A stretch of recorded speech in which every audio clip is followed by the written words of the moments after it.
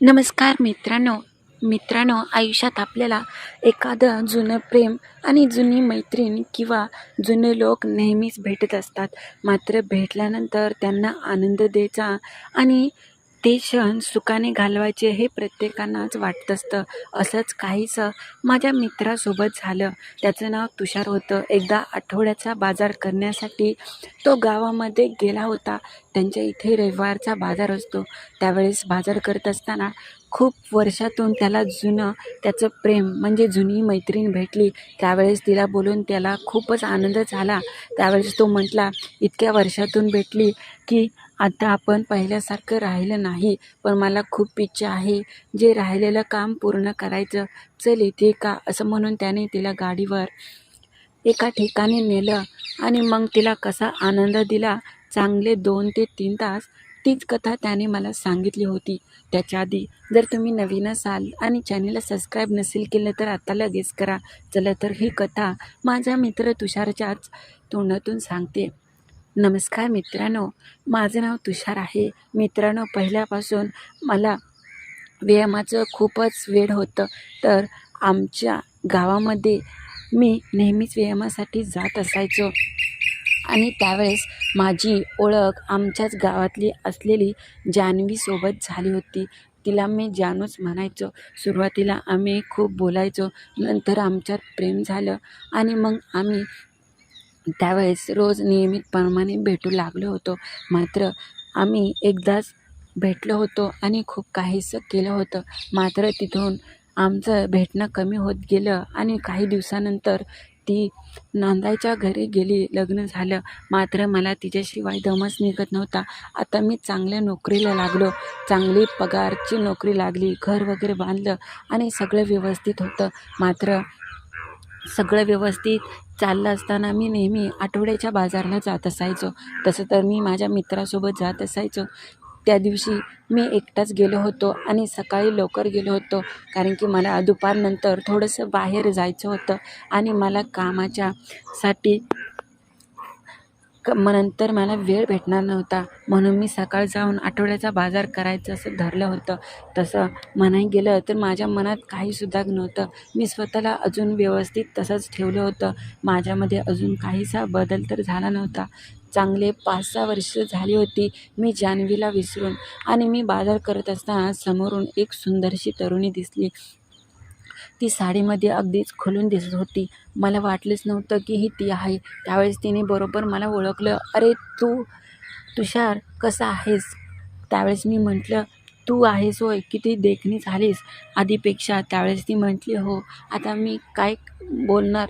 त्यावेळेस मात्र मी लाजूनच बोलत होतो. मात्र ती लाजत नव्हती. मी म्हटलं, "आज इतक्या वर्षातून कसं काय इकडे येणं केलं आणि बाजारला?" त्यावेळेस ती म्हटली, "आले आता माहेरी." म्हणून म्हटलं, "आहे 8-10 दिवस तर जावं थोडंसं फिरायला." त्यावेळेस मी म्हटलं, "तू एकटीच आली की अजून कोण?"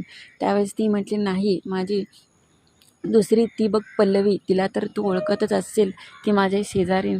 त्यावेळेस मी म्हटलं, "हो." पल्लवी पण खूपच वेगळी झाली. दोघीचं पण लग्न झालं. त्यावेळेस ती म्हटली, "हो आणि आता खूपच बदललं रे आयुष्य, वेळच भेटत नाही." त्यावेळेस मी म्हटलं, "तुझ्याकडे माझा तर नंबर नाही आणि माझ्याकडे पण तुझं काही कॉन्टॅक्ट नाही. नंतर तू यायची बंद झाली आणि नंतर मला काही दिवसांनी समजलं की तुझं लग्न झालं आहे. लग्नाला तरी सांगायचं."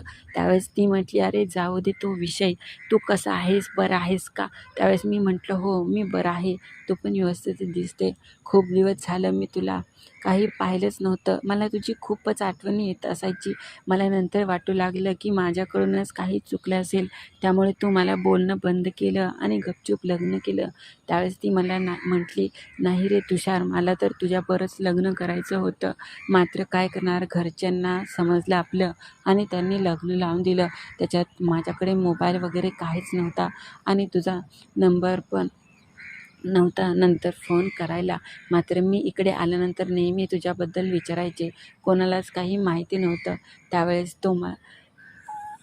तू पण माझ्याशी बोलण्याचा प्रयत्न केला नाही." त्यावेळेस मी म्हटलं, "अगं मी बाहेर असतो कामासाठी, मात्र कधी काळी मी इकडे येत असतो. मग आज आल्यामुळे म्हटलं थोडंसं आठवड्याचा बाजार वगैरे करून जावं." त्यावेळेस ती म्हटली, "बरं ठीक आहे." आम्ही खूप वेळ शांत राहिलो. त्यावेळेस मी म्हटलं, "मग जायचं का कुठेतरी?" त्यावेळेस ती म्हटली, "अरे पण पल्लवी आहे ना सोबत, माझी तर खूप इच्छा होते, खूप दिवसातून भेटलो म्हटल्यावर इच्छा पूर्ण करावी." त्यावेळेस मी म्हटलं, "पल्लवीला सांग ना कुठेतरी थांबायला, आपण जाऊया, किती वेळ लागतोय? माझं इकडे एक खोली आहे, तिकडे काही नसतं आणि तिकडे असंच कधीतरी आम्ही थांबतो, तिकडे जाऊया, तिथे कोणी आपल्याला थांबवणारं पण नाही, येऊया तास 2 तास थांबून." त्यावेळेस मात्र जान्हवी तिला पण खूप इच्छा होत होती. त्यावेळेस तिने पल्लीला सांगितलं, तर पल्लवी म्हटली, "हो गं, पण गावातल्या कोणी पाहिलं तुम्हाला आणि मला पण घरचे ओरडतील." त्यावेळेस मी म्हटलं, की "तू काहीतरी सांग आणि असं सांग, की तिच्या वर्गातली मैत्रीण भेटली की येईल, तिच्या वर्गातली भेटली आहे मैत्रीण असं सांग घरी." त्यावेळेस पल्ली म्हटली, "हो, पण लवकर ये." मग काय ती गेली आणि मी जान्हवीला घेऊन आलो ना. तसं तर मला गावातले एवढे सगळे लोकं ओळखत होते, तरी पण मी तिला घेऊन आलो.